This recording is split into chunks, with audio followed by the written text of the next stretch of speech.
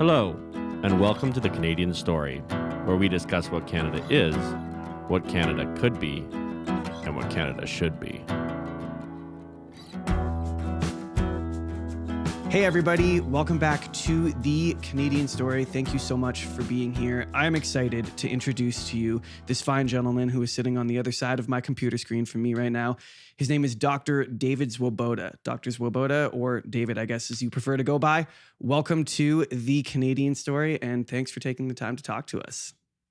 Yeah, thank you, brother. Thanks for having me on. It was funny as we were emailing back and forth and you were referring to me as Dr. Zwoboda. I'm like, bro, just call me David. I forget that I'm a fucking doctor most of the time. I don't take it that seriously. I love that. I love that. So tell me a little bit about yourself. Who are you? What is your history? What field do you work in? What's your story? Yeah, so thank you for asking me this. I love appearing on other folks' podcasts and getting asked this question, because I'm a firm believer that we sort of write the narrative of our own lives. And being asked this question is allowing me an opportunity to sort of rewrite it in the current moment. So if you asked me this, 6 months ago, it'd be a different answer. But yeah, so I'm a doctor of physical therapy. I went to grad school for that. I worked in a regular physical therapy clinic for about 10 months or so.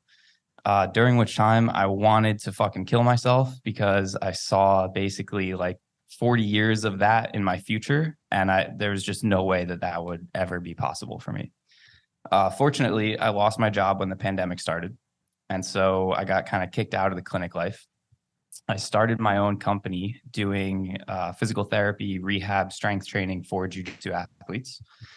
I did that for the last 3 years or so, and you're catching me right now sort of on the tail end of this next transition, this next metamorphosis, if you will, of my career and my life, where I'm leaning really heavily into working with plant medicines and sort of bringing that into the mainstream, especially within the jiu-jitsu community. So jiu-jitsu, and I see it as my mission now to bring psychedelics and spirituality to the forefront within the jiu-jitsu community, because there's so much benefit to be mined there.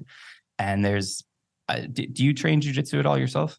I don't know. And everyone who I talk to who does, it's like a jujitsu thing. Anyone who trains jujitsu is like, do you train jujitsu? You need it. And I have a number of buddies who do. And they always bug me. They're like, you going to do jujitsu yet? Or when are you starting? Well, I was wondering, because we got the Drew Weatherhead connection. So I was wondering if you were on that train too, which I will contribute. I will be the next person in line saying that, yes, you have to start training jujitsu. But for folks who train, that there's this weird, it's like this undercurrent almost of spirituality, because every traditional martial art, like karate, taekwondo, all of these traditional things, they have a strong foundation in some sort of spiritual practice. Most of the time, that's because they came out of, feudal Japan or China or something, and it was within their religious practice at the time. But jiu-jitsu, being this modern martial art, has sort of eschewed that. It's said we don't need that. We're strictly interested in this materialism, in the material plane, in the fighting. And I think a lot of guys come to jiu-jitsu because they're seeking something. They're seeking some sort of connection with other people. They're seeking some sort of meaning beyond just their lives.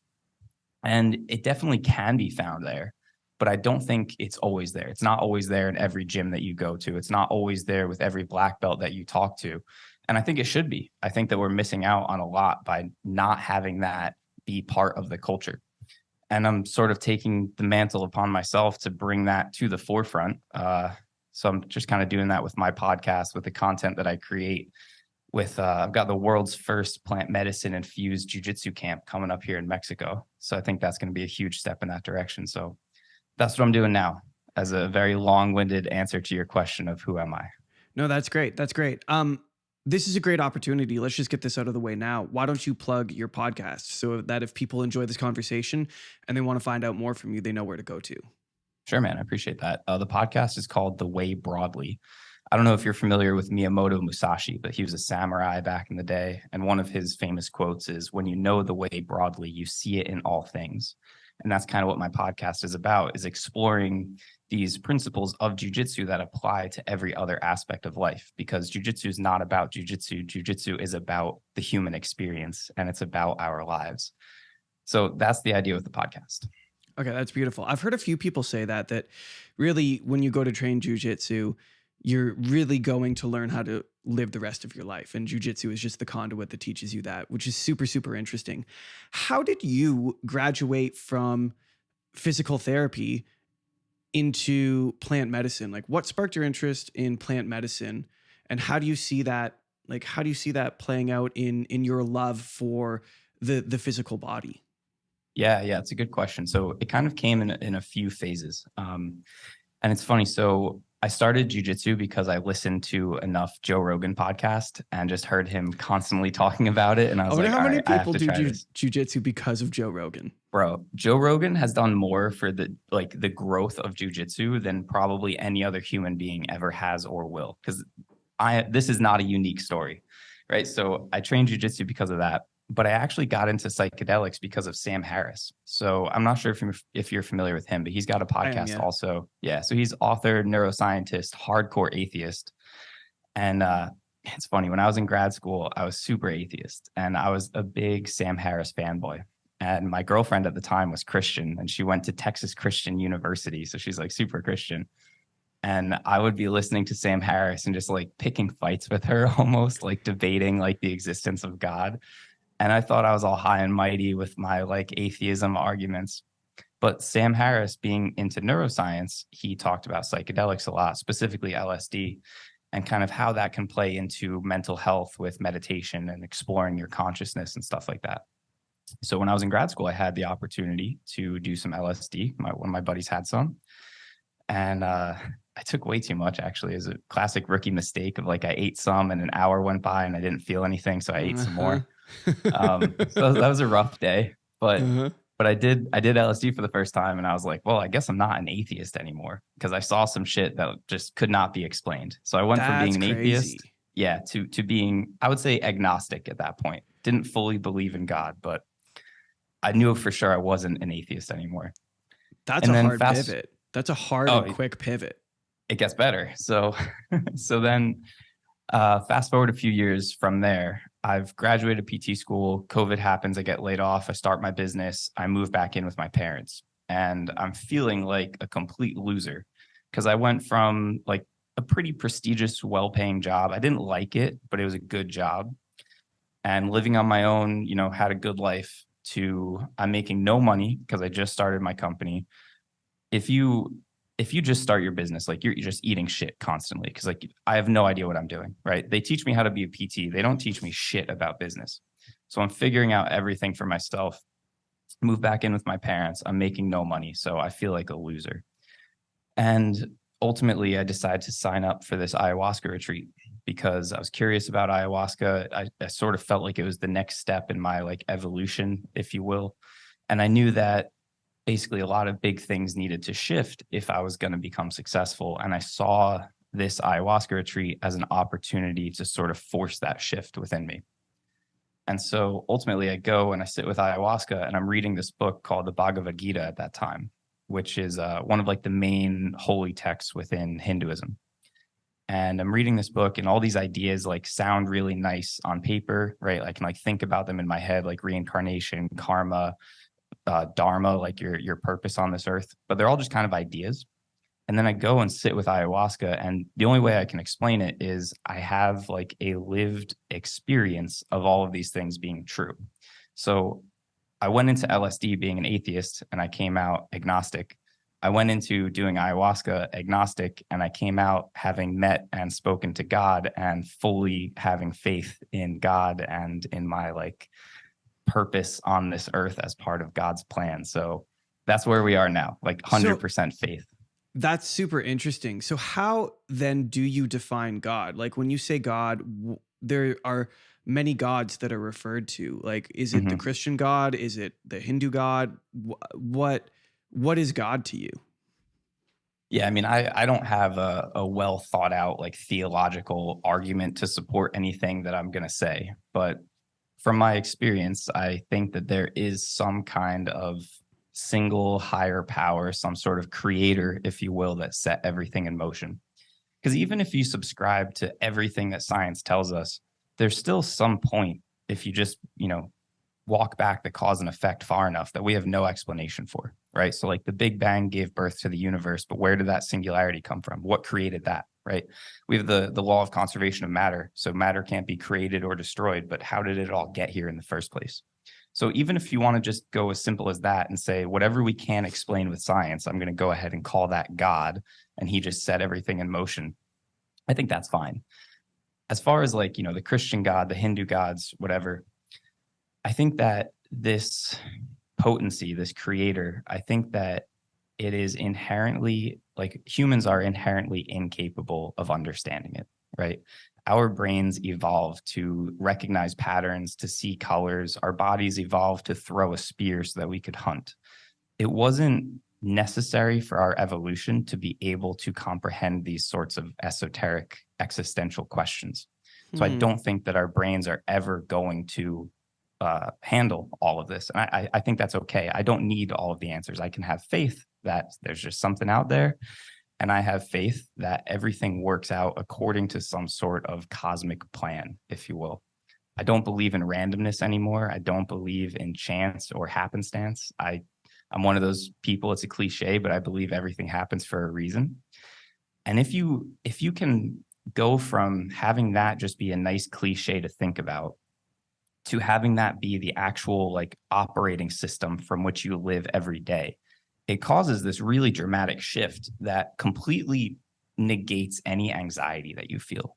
So before I did ayahuasca, I had paralyzing anxiety around making decisions, right? Making decisions with my career, making decisions with where I should move to, paralyzed. I didn't know how humans made decisions because there's so many possibilities to think about. Like if I go down this path, I would be thinking about all of the missed opportunities that path B had. And I couldn't handle that. And now I have this faith that whatever happens is actually the exact perfect thing that had to have happened in that instance for things to work out the way that they're meant to work out. Now, even if that's bullshit and I'm just convincing myself of that, it alleviates all your anxiety because you can trust that everything's working out according to some plan. That doesn't mean everything's always good, right? Like shitty situations will still occur, but you can just kind of take a step back and recognize that that's what is supposed to be happening right now. And it completely alleviates your anxiety. And is that something that you discovered on your ayahuasca trip? 100%. Yeah, that was a clear and direct message that I got from Mother Ayahuasca. It was basically everything is always working out perfectly. Whatever is happening is the exact thing that is supposed to be happening. So 100%, I attribute that to the ayahuasca ceremony. That's amazing. So what was the ceremony like? Walk us through what that experience is. Sure. Are you like vaguely familiar with ayahuasca? Like where should our starting point here be? I know that it's something that people go to South America to do, and it rearranges how they think about like the rest of the world. Yeah. All right. So people should go to South America to do it. Yeah. Literally just before this, I put something on my Instagram story. So like we're seeing this emergence of ayahuasca, quote unquote, shamans in the States and in Canada. And it is very inconvenient and it's very difficult to travel to South America. So people want ayahuasca. There's a market for it. So people come and fill that demand and they serve ayahuasca in the States. I don't think that they should be doing that because ayahuasca is a super powerful psychedelic. It's a very powerful medicine. And if you're not, or if you're working with someone who doesn't fully understand how to create a safe environment to work with ayahuasca, I think it can lead to a lot of harm, actually. I've personally seen horror stories. I've met people who did ayahuasca in a not ideal environment and it fucked them up. Like they emerged from that way worse than they went into it. And it's just like any martial art, right? If you go to some McDojo that's teaching you bullshit, you're going to have a bad time or you're going to come out of that with bad habits, bad ideas. So people should go to South America. They should sit with actual maestros. The term shaman, like most of these people who serve ayahuasca, they don't actually like that term. They'll call themselves a maestro, someone who spent their entire lives, studying this, spent their entire lives serving this medicine. So they know what they're doing. So that's my little spiel of this disclaimer before we get into this. So okay. I first went and I actually did ayahuasca the first time at this center called Soltara in Costa Rica. It was an awesome place, but it's almost like this 5-star like resort experience that happens to serve ayahuasca there. So that's where like all the celebrities and shit go. when I went, it was already expensive, and nowadays it's like $8,000 for a week. So Wow. yeah, so it kind of brings up this other issue that like ayahuasca is increasingly only for rich people who can afford it, which is fucked up because usually it's the people without the material wealth that actually need this stuff. So that could lead us to a whole discussion about my nonprofit, which exists literally to counteract that. And the ayahuasca retreats that my wife and I organize, we pride ourselves in being like the most cost-effective option out there, but more on that later. Back to my actual experience. So Yeah. We'll get to it. The ceremony itself. So the way it works, we worked with the Shipibo people. So in the Amazon jungle, in like the rainforest, there's like several. So this now isn't the Costa Rica experience. This is another experience. This wasn't So this wasn't Costa Rica. It's also true of my retreats in Peru. So the Shipibo are like a tribe. So think about like in America, you know, there's the Lakota people, there's the Shoshone people, there's the Navajo people. So in South America, there's a number of different indigenous tribes that all work with ayahuasca in different ways. So like, for example, in Brazil, there's the Daime culture, and they have a very different way of using ayahuasca than the Shipibo people of Peru do. So it's the same medicine, but it's a sort of different ceremonial setting. So everything that I'm going to say pertains to the Shipibo people, because that's my path. That's who I work with. So when the night of ceremony comes around, it's always at night in the Shipibo tradition. You are in this building called a maloka, which is it's just the name for like the ceremonial building that you're in. And there's mats arranged around the room. And so everyone's sitting on a mat, and the maestros are up in the front of the room, and they've got the ayahuasca there. And so one by one, you are called up to the front of the room, and each person will go up and get a cup of the ayahuasca from the maestros. And they fill up your cup, you down it almost like a shot, honestly, and you just go back and sit down on your mat. And the maestros will sort of determine how much ayahuasca you need.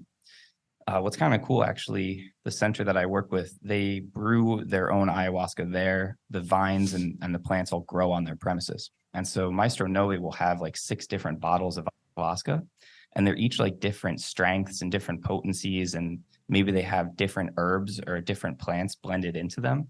And so he'll kind of read you and determine which strain you need, and he'll give that to you. So it's like very personalized medicine. That's not the case at Soltara. So you just go up, you get the medicine, you drink it, you go back to your mat.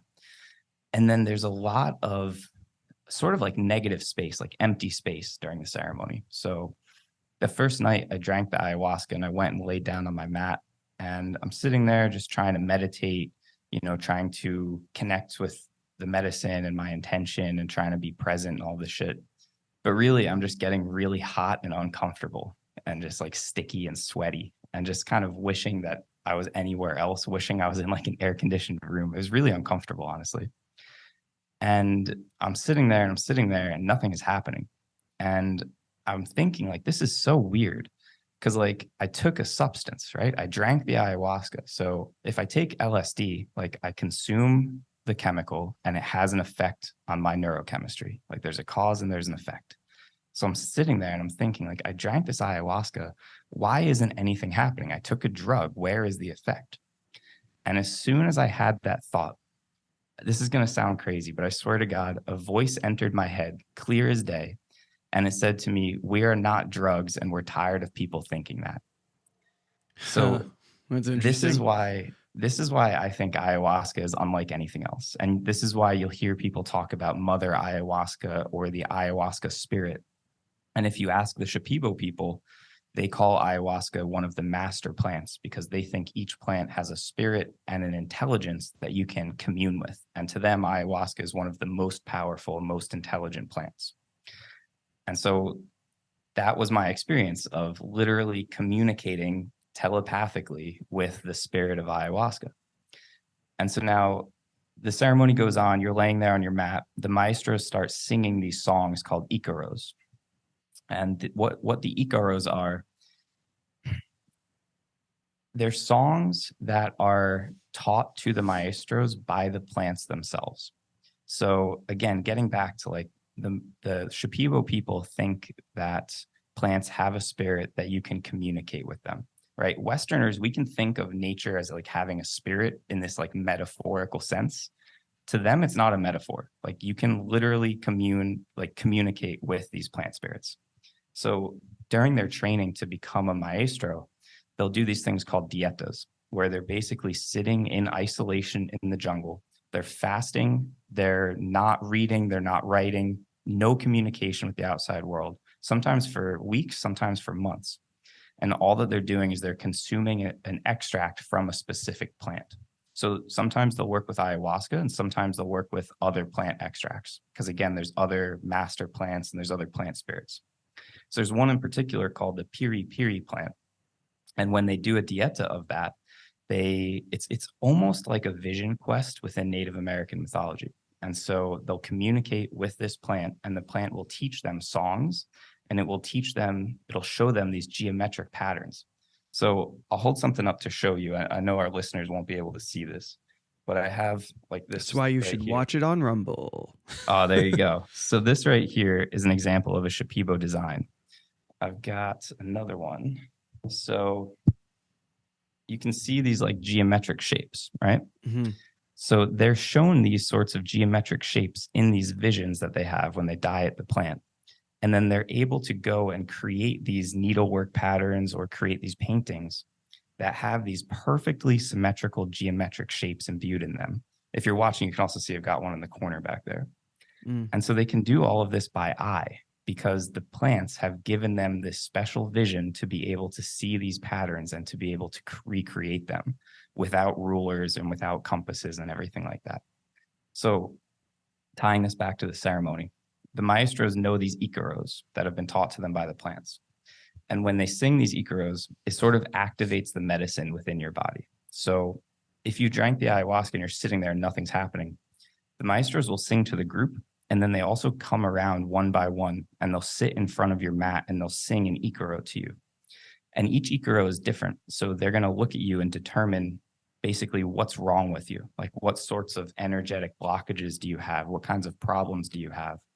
And they'll sing this song to you that helps the ayahuasca to have its effect on you. So if you ask them what they're doing, they would say that they're rearranging channels of energy within your body by using the ayahuasca and sort of working with the icaros so that the ayahuasca can do its thing on your body and on your mind. So that's kind of a long-winded answer of how the actual ceremony works. But that's, again, why it's so important to work with someone who's dedicated their lives to this. Because a white dude with dreadlocks in San Francisco does not know the icaros, right? He does not know how to activate the medicine. All he did was buy some ingredients off the dark web and synthesize this thing in his garage, you know? Mm-hmm. So that's why working with healers who know what they're doing is so, so important. And I'm sure like a lot of this probably sounds really crazy if you just have this materialist like point of view of the world. So everything that I said probably sounds like nonsense. But that's been my experience, man. And I've seen this shit work firsthand, and it defies any way that a Westerner would look at the world and be able to explain these things. Well, it's very arrogant for us in the West to look out on the world and say we have the only real way of living because this is our experience, and all of those other ways are of no value. And it's crazy to me to think like, we know that people have been doing these sorts of things. Like I'm sure that tradition in Peru has been going on for more years than we can even fathom. Like we're not talking hundreds of years, we're talking thousands and thousands and thousands of years. Absolutely. And I'm of the philosophy that there is this other world that we don't easily see or sense, but is always present and always there. And you were talking about science earlier. I'll just throw in one of my theories. I think science can prove that world. I think all of it is eventually explainable because it is true. It's just that we haven't scientifically been able to put the formulaic expression that science likes onto these spiritual experiences. We don't understand them from a science perspective yet, but it doesn't make them any less real or true. Dude, I completely agree. Just to linger on that for 1 second. This is the analogy I always give. Like we can agree that there's radio waves around us, right? There's Wi-Fi signals, there's microwaves, there's radio waves. They're around us at all times. We can't see them because we don't have the equipment for it, right? And we've developed ways technologically to see them, to understand it, and to manipulate it. Before we invented that, it doesn't mean that they didn't exist. We just couldn't see it. So exactly like you're saying, I think that this spirit realm, if you want to call it that, it's around us at all times. We just don't have the equipment to see it and interact with it. And I think that that's what drugs like ayahuasca give to us, is this special perception to be able to sort of enter that world and manipulate those energies that are around us at all times. Mm. Um, I believe so. You talk about Mother Ayahuasca. Yeah. I believe it was Joe Rogan's episode. I want to say with Graham Hancock, where he talked about. I believe he was talking about ayahuasca. He talked about multiple people going on that journey and seeing the same figure. What was your journey like? What is it a visual experience? Is it an auditory experience? Did you see things? You learned that everything that is happening is supposed to be happening, and that really helped you with your anxiety around decision making. But what was the actual experience like? And did you share similar experiences with other people who were there in the ceremony with you? Yeah, it's a super interesting question. And it probably was Graham. Graham's a big ayahuasca guy. He's done a lot of ceremonies. I loved And that Graham Hancock episode. It dude, was so good. And then I watched his whole show about like so the good, man. ancient stuff. It's so good. Stuff's so So good. there definitely is a phenomenon. You can call it like a communal or a shared hallucination. That definitely does happen. And in fact, during my first ceremony or during my first retreat, and just to clarify this also, like there's each ceremony kind of takes place at night. And so over the course of a week, you might do like 4 or 5 ceremonies during the entire retreat. So during that first retreat, there actually was an instance of that where 3 or 4 different people within the retreat group had an experience of what they described as aliens coming down and performing energetic surgery on their bodies. They felt like they were on an operating table and they could see these, like, they described them as aliens. They could see these aliens like pointing their fingers to different parts of their body where they had these energy blockages. And like one guy had the shoulder injury and one woman had like throat cancer before, and they felt them working on these different parts of their body. And they felt like they had this sense that they had performed the surgery and had sort of fixed them. And 3 separate people had this experience of these same exact like aliens performing the same exact type of procedure on their bodies. So that's my only like personal experience with the shared hallucination thing. Now, I'll say this also. I think that Mother Ayahuasca has a tremendous sense of humor.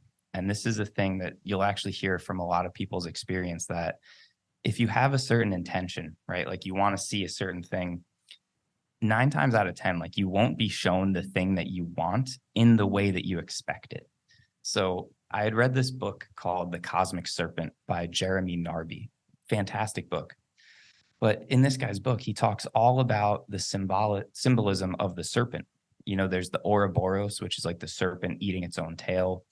He makes the argument that the serpent represents like the DNA strands, and that by working with ayahuasca, you're actually influencing your DNA. And so I read this book and I was so stoked about like serpent visions. Like I went to Costa Rica rather, and I was like, hell yeah, I'm going to see some snakes. Like it's going to be so cool.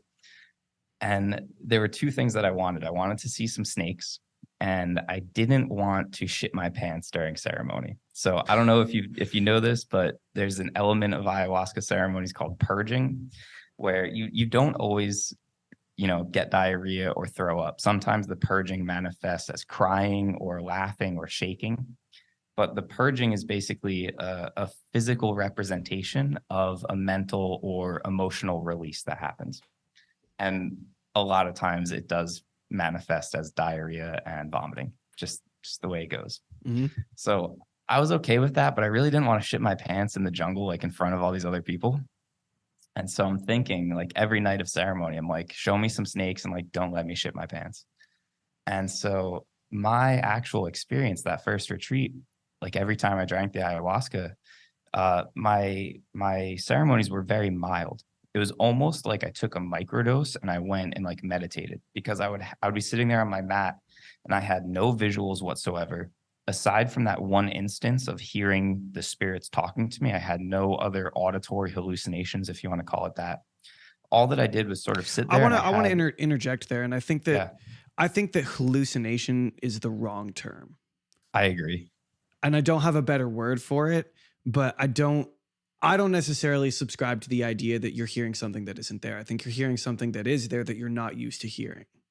I completely agree with you. And I would also say that for the couple of visual experiences I had, these happened later on when I went back to Peru. I had a vision where I was visited by Lord Krishna from the Bhagavad Gita. I don't think that was a hallucination. I think that that was a cosmic vision that was granted to me. Have you read the Bhagavad Gita? Are you familiar with that at all? Well, when I heard your episode with Drew, I looked it up, Okay. but I haven't read Okay. it. No, that's fine. I was entirely unfamiliar of it before. I listened to your episode on the social disorder podcast, which you should also check out. If anyone is curious, get the version by Jack Hawley, Hawley. So there's like dozens and dozens of different versions of the Gita. That one is written especially for Westerners to be able to understand it. Oh, that's cool. Best version for you. Yeah, that's cool. So in the Gita, Krishna gives Arjuna, Krishna's God, he gives Arjuna, the main character, he grants him this special vision to be able to see Krishna's true form. And again, I don't think it's a hallucination. I think that the ayahuasca is allowing me to perceive something that's there that we normally are not privy to. So going back to my experience that first time around, there's one other element that I should tell you about, which is when you're preparing to go do ayahuasca, you're supposed to follow a dieta. This is a little different than the plant dietas I mentioned before. The dieta just refers to, it literally just means diet in English, but it's sort of a prescription of things to avoid leading up to the ceremonies. So, you know, like a month out, you're supposed to start weaning off of caffeine. 2 weeks out, you're supposed to stop eating pork. You know, 3 days out, you stop eating red meat, abstain from sex, abstain from alcohol, abstain from marijuana, that kind of stuff. And my first time around, I broke all of those rules, like literally 2 days before the retreat. I drank, I smoked, and I had sex. And I wasn't always, you know, I wasn't always this person that I am today. Uh-huh. And so I think that the reason my experience was so mild that first time around was that I had broken all those rules. So I think, you know, Mother Ayahuasca didn't want to come talk to me. Like I had disrespected her, right? I came into her house and I broke every rule that she set for me. And then in subsequent experiences, I stuck to the dieta very, very strictly. And I had a much more profound ayahuasca experience. I was much more sensitive to it. So I actually think that like drinking and smoking, it sort of blunts your experience. Now, whether that's on a spiritual level where Mother Ayahuasca doesn't want to talk to you, or whether that's on a physical level where I had just sort of heightened my body's sensitivity by abstaining from these things, I'm not sure. But I will say, like, strictly adhering to the dieta definitely makes for a more profound experience. All right, I think I was still in the midst of explaining some about my first experience. Unless you have any other questions. No, keep going. Okay. All right. I'm not used to like talking for this long uninterrupted because I'm usually the podcast host. So I almost feel like I'm fucking up if I keep talking, but I'll keep going. No, it's your turn to talk. But for whatever it's worth, whenever I go do other people's shows, I feel the same thing. It's like, I have to talk so much. Like I just keep talking and talking and talking. But people have heard so much of me, man. They don't need to hear my voice. We're here to listen to you. Fair enough. So that first time, right? I don't want to shit my pants and I want to see snakes. And so, like I said, every experience is super mild. I have no visuals. I have nothing. I just have thoughts coming to me, these like insights that keep hitting me. And it's always like something that's so simple, it makes you laugh, right? Because like I told you, I had this paralyzing anxiety and I had this insight like, bro, like you're doing everything. You're a doctor. You have your own business. You're here in Costa Rica. You're doing ayahuasca. Like these are all things that you from 5 years ago was dreaming about. Like you are living the life you have always dreamt about. Like you're fucking doing it. Like, why are you so stressed about everything? Like fucking relax. But like literally that was the kind of message that was coming to me. And unfortunately, I guess I had to go to fucking Costa Rica and do ayahuasca to have such simple sorts of insights, but it is what it is. And so I have the 2 nights of ceremony and then we have a night off. So like I said, you're there for a week and at Soltara, you drink 4 nights. At our place in Peru, we drink 5 nights. So we have a night off, right? During the ayahuasca ceremonies, you're working with the tobacco plant. So it's called mapacho in the Shipibo language. It's just like a ceremonial tobacco. And since people are watching this, I will hold up for you my tobacco pipe that was carved by Maestro Noe. So this is our the maestro that I work with in Peru. He carved this for me. Oh, It's a hummingbird, which is sacred in the Shipibo culture, because the hummingbird is believed to be the messenger between all the plants, because they're going and they're pollinating all the different plants. So the hummingbird sort of carries messages between all of these plants so that they can communicate with each other. So anyway, so I'm connecting during these ceremonies, I'm connecting with the tobacco plant. Now, I'm also really interested in Native American mythology. And in the Native American system, the tobacco plant represents the grandfather spirit, which is sort of this archetypical, like old, loving, like old wise man kind of a figure to them, right? So it represents your grandfather. And so I've never smoked tobacco before, but in this ceremony, I'm smoking the tobacco and I feel like I'm really connecting with it, you know? And on Wednesday, it's the day off from doing ayahuasca. I'm carrying around this cigar with me all day. I'm like smelling the tobacco. I'm meditating with it in my hand. I'm praying with it. And I go to bed that night with the mapacho right there next to me on my bedstand. And I have a dream that night, which they would describe as a medicine dream, meaning it was like a visionary dream where I was visited by these spirits. So again, the nights where I drink ayahuasca, basically nothing happens. The one night where I don't drink it, I go to sleep and I have a dream where I'm visited by the grandfather spirit. I can't tell you how I know that that's what it is, but it just felt like the presence of this kind old man. And he was really proud of me. He was telling me, you know, I was doing great in business. I was doing great in life. And he was like, I'm really proud of you. I'm happy everything's going well, but don't forget about this. And he shows me this tree with all of these snakes, these dead snakes hanging from branches of the tree. So here's my vision of snakes, right? And he says, each one of these snakes represents a way that you still might kill yourself in the future. So I didn't mention this before, but this is kind of one of the reasons I was seeking ayahuasca, is I've had suicidal thoughts before. And when I'm going to bed that night, like I'm feeling on top of the world, like I'm feeling really good. I called all my friends and told them how much I love them. And I was so happy to be alive for the first time in my life. And here's this grandfather spirit basically saying like, hey, I'm glad things are going well, but recognize like you're not out of the woods yet. You still have this shit to deal with. I wake up from that dream and I proceed to have the world's worst diarrhea and vomiting for the next like 8 hours. So I probably woke up at like 1 or 2 in the morning and I just proceeded to just shit my fucking brains out all night, just back and forth from the toilet, climbing back into bed, trying to sleep, going back to the toilet. So Brutal. I wanted to not shit my pants and I wanted to see snakes, right?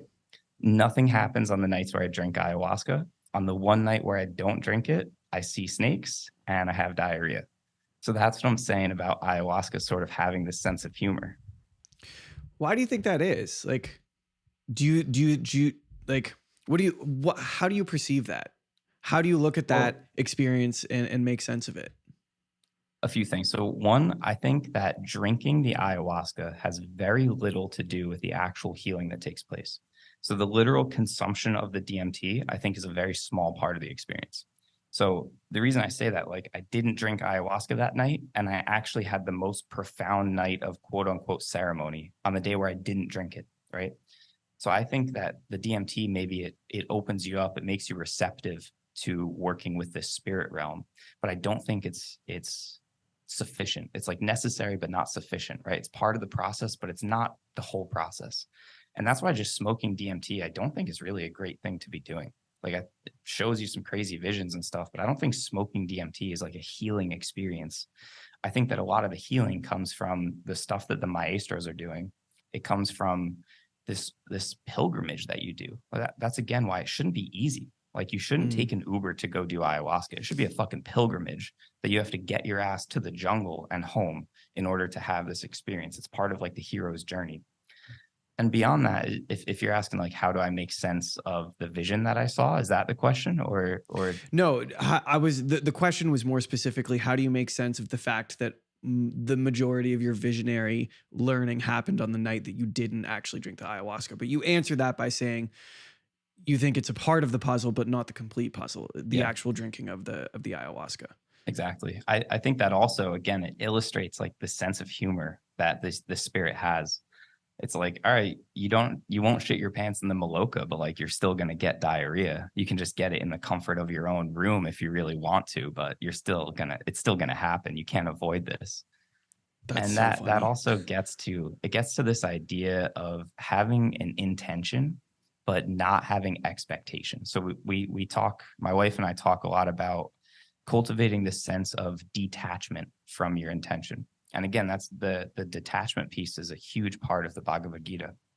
So you need to have an intention, meaning like, what do I want to get out of this experience? Why am I here? What am I seeking to learn? Like, what questions do I have for the medicine? What answers am I seeking?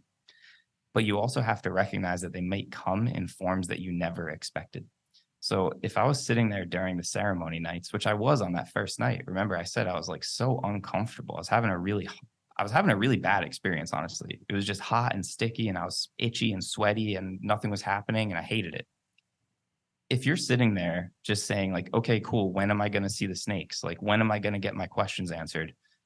You're never going to, and you're going to have a It's the really wrong unpleasant headspace. experience. Exactly. It's the wrong Yeah. headspace. You got to come to it with those questions, but you got to be open to receiving whatever the medicine wants to show you, because the medicine's fucking smarter than you are. And Mother Ayahuasca is going to show you whatever you need to see, whether or not that's what you asked and whether or not that's how you expected to get the answers. That's crazy.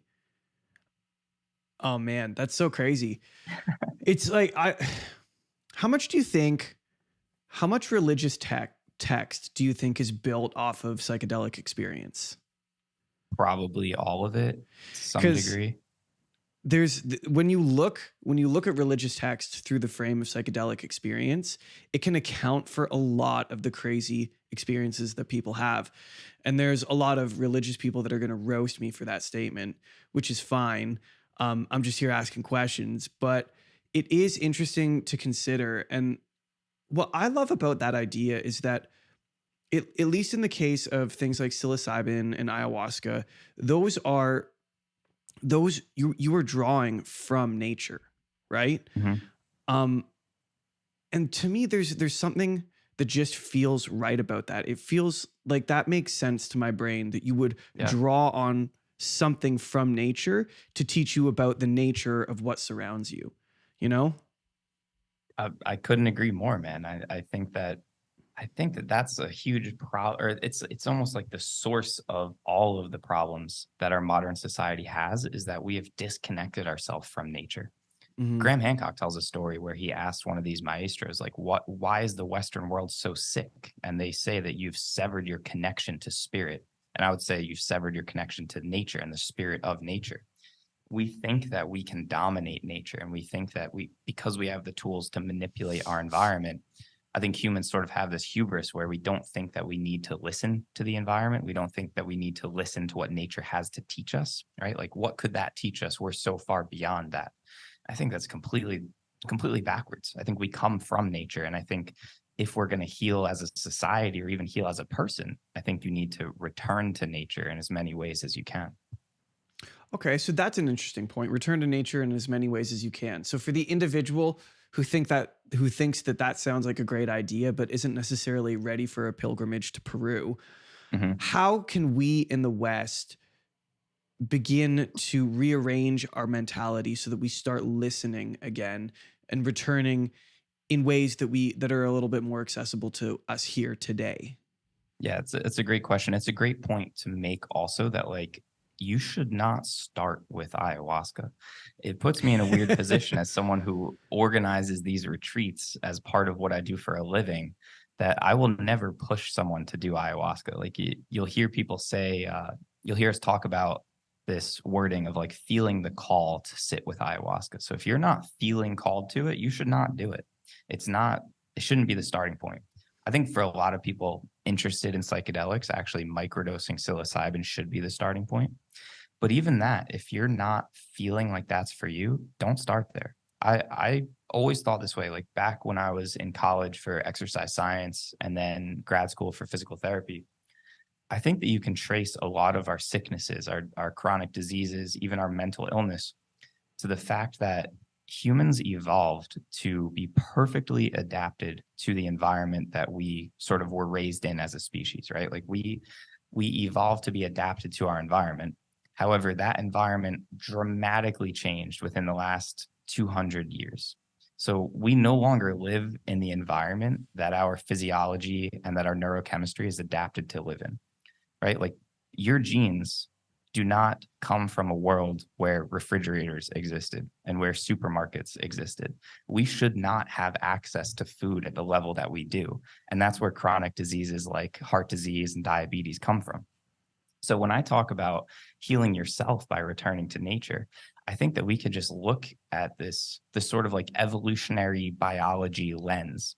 And unfortunately, with everything being fucked up about our world, that has also been co-opted by people like Liver King and calling everyone like primal and encouraging your kids to eat beef liver. I think like you can go a little too far in that direction. But I think that you can just take an honest look at your life and say, like, is this how my ancestors would have been living? And of course, the goal is not to return to that ancestral way of life in every way. I've got my air conditioning running right now, and I'm super fucking happy about it. I love my air conditioning. I'm not giving that up. But what we can do is recognize, like, my body is not meant to sit here behind this computer and look at screens for 8 hours, right? My brain is meant to have a small community of friends. My body is meant to engage in vigorous exercise. That's why I go train jujitsu. That's why I really want to get into fucking bow hunting, because there's something just primal and real and true about a human being killing an animal and eating it. And I know that's going to piss off a lot of people too, but I don't care. I'll stand by that one. Now this guy, I got my first deer in November, and I've been hunting for 4 years now.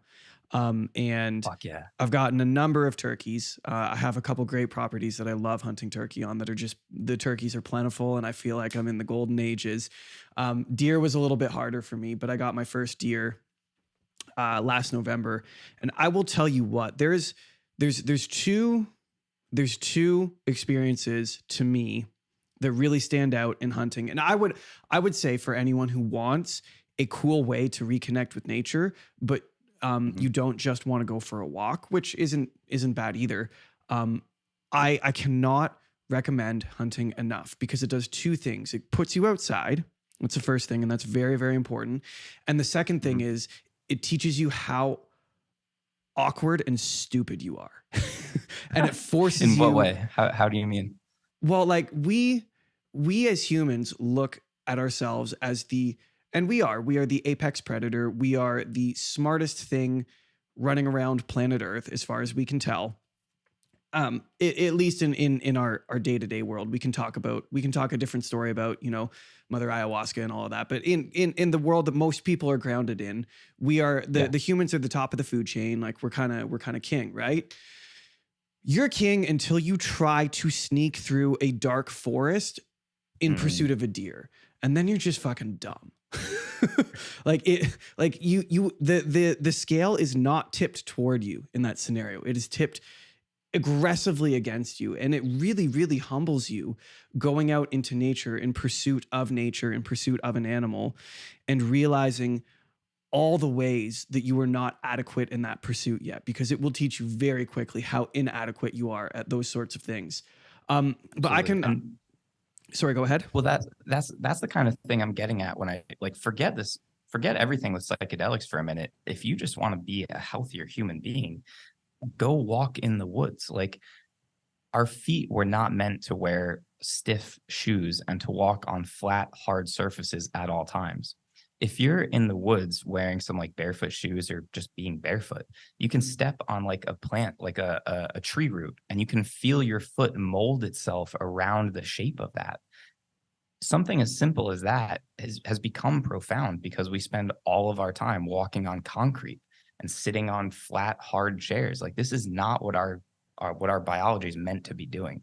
So I love that angle of just like, if you want to connect with nature, like, go fucking hunt, because it's going to show you so much about what we have lost touch with as human beings, because we've spent too long in these artificial environments that we've made for ourselves. Yeah. And it'll teach you a lot about you too.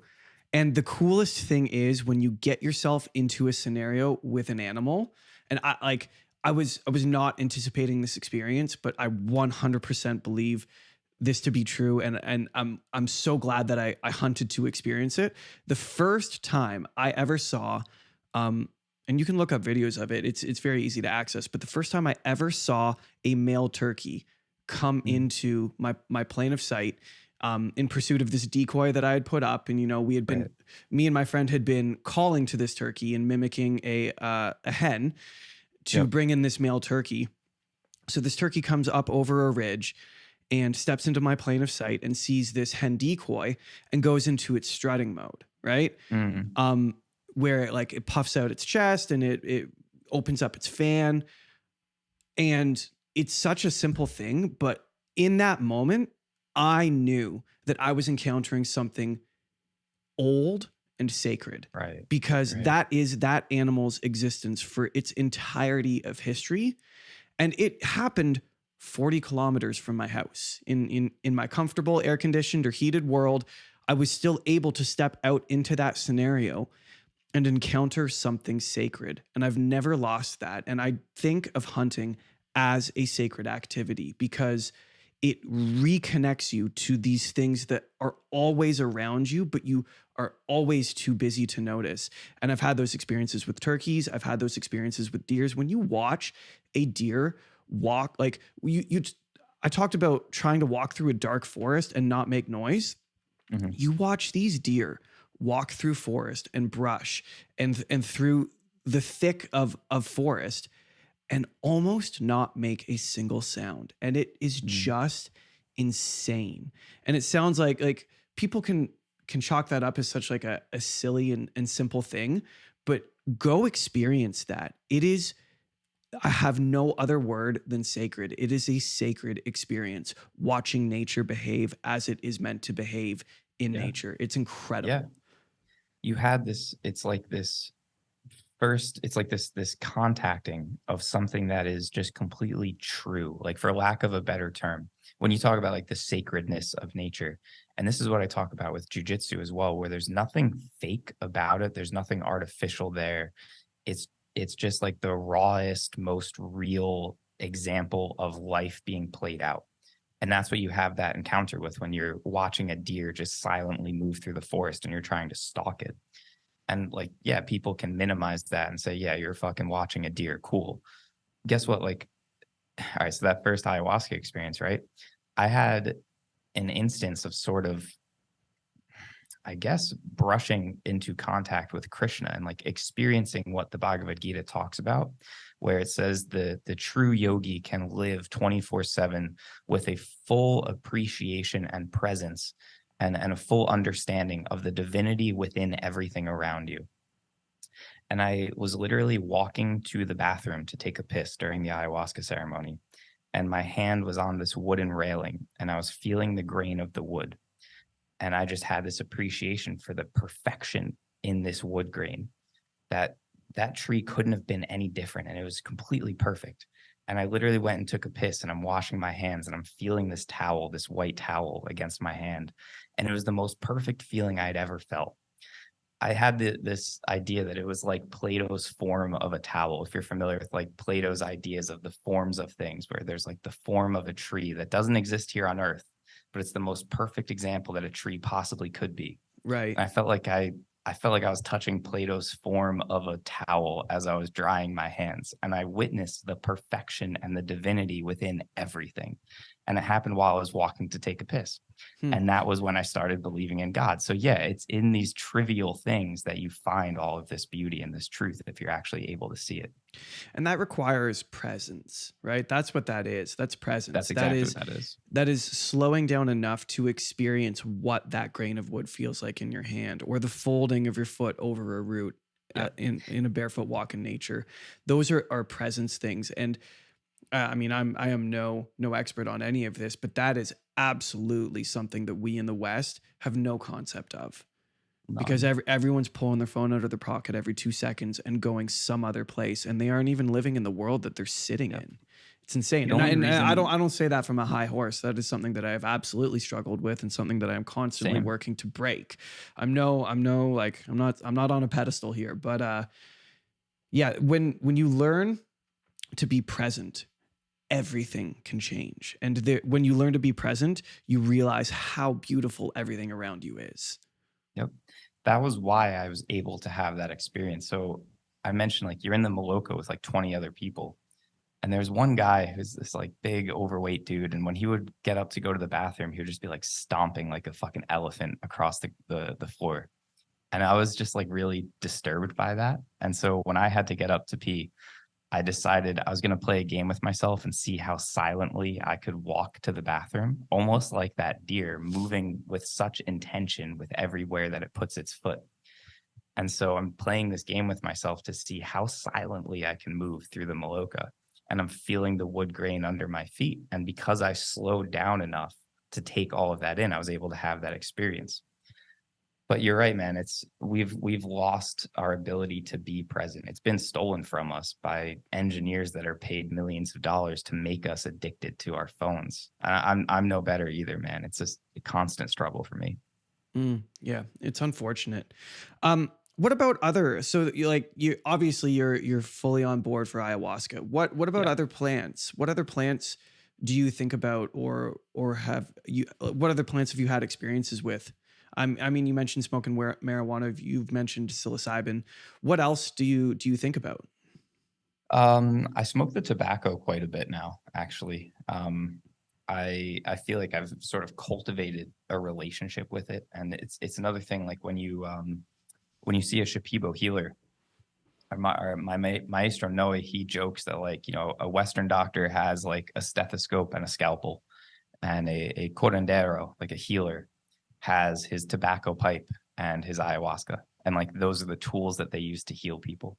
But the other plant, it's funny. It's not even a plant. Like psilocybin is a fungus. It's not even in the plant kingdom, but we call it plant medicine for lack of a better term. But we definitely work a lot with that. I say we because my wife and I do all of this. So I should be clear, I guess, when we facilitate these ayahuasca ceremonies, we organize it, we plan everything, and we will bring a group of people down to Peru, but we don't serve the medicine. We bring people to these maestros and we help them. We translate for them and we help keep everyone safe and we help like run the retreat, but I'm not serving it.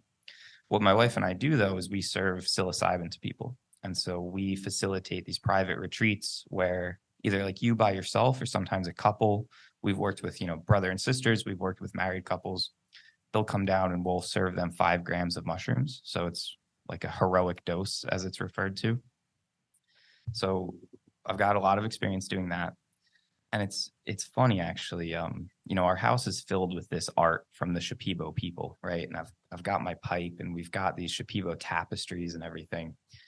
And when we facilitate a mushroom journey for somebody, a lot of them turn out to feel almost like an ayahuasca retreat. There's a lot of elements of like an ayahuasca ceremony that make their way into our psilocybin ceremonies. And that kind of gets to what I was thinking, like, or what I was saying before about these substances, these drugs just sort of thinning the veil between our material world and this other spiritual plane that's there. So I think because we have the tobacco, because we have this art, because we work with ayahuasca ourselves, I think we sort of invite some of that energy into it. I had this, so I did my own heroic dose the other day, and I haven't sat with peyote yet. That's kind of the next thing on my list. I really feel called to that because of this connection I feel with like Native American culture. But when we do a heroic dose with somebody, the way that we do it is you're laying down on a mat, you've got eye shades on, and we create this music set that's like a 5-hour, 6-hour playlist that sort of guides the journey of your experience. And a lot of the music that I put on my own list was this like peyote music. So it was sort of like these Navajo chants and like Native American drumming and singing and chanting. And I had this perception, again, I haven't done peyote yet, but I had this perception that like, this is probably what a peyote ceremony feels like. And I sort of had this thought that like psychedelics really aren't that different. Like, yeah, acid feels different than mushrooms, feels different than ayahuasca. But I think at the end of the day, the purpose is just to open yourself, to open your consciousness to this world that exists outside. So I don't even put that much importance on like which medicine you work with. I put the importance on preparing for it. I put the importance on the safety, having experienced people leading the journey for you. And I put the importance on like integrating from that experience afterwards. But whether you're working with LSD or mushrooms or ayahuasca or peyote, I think like you stand to learn a lot of the same things from the experience as long as those other elements are in place. That's interesting. Yeah.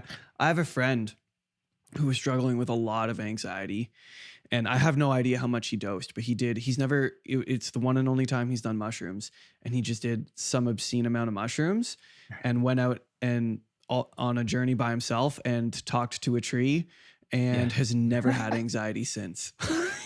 Like there is not, and I understand because there's a stigma around all of this stuff.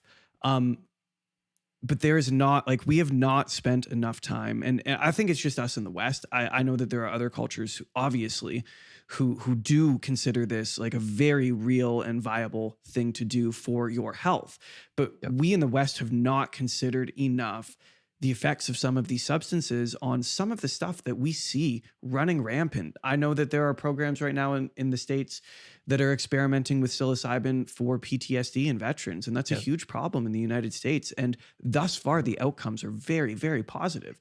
And I think that is Mhm. so exciting. Because again, I love the idea of just drawing solutions from Earth as opposed to some sort of other manufactured pharmacological drug that kind of just sedates you. I don't look at these psychedelic experiences as sedation. It's almost like an unlocking of a different perspective.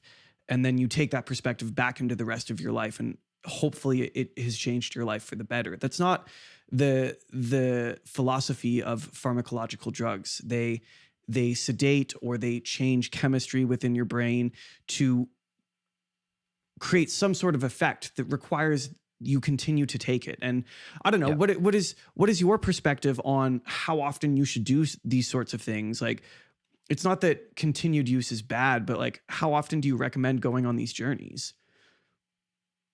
Well, all right, I'll say two things. Just going back to like what you were saying about drawing these solutions from nature versus the pharmacological solutions that are offered by companies, right?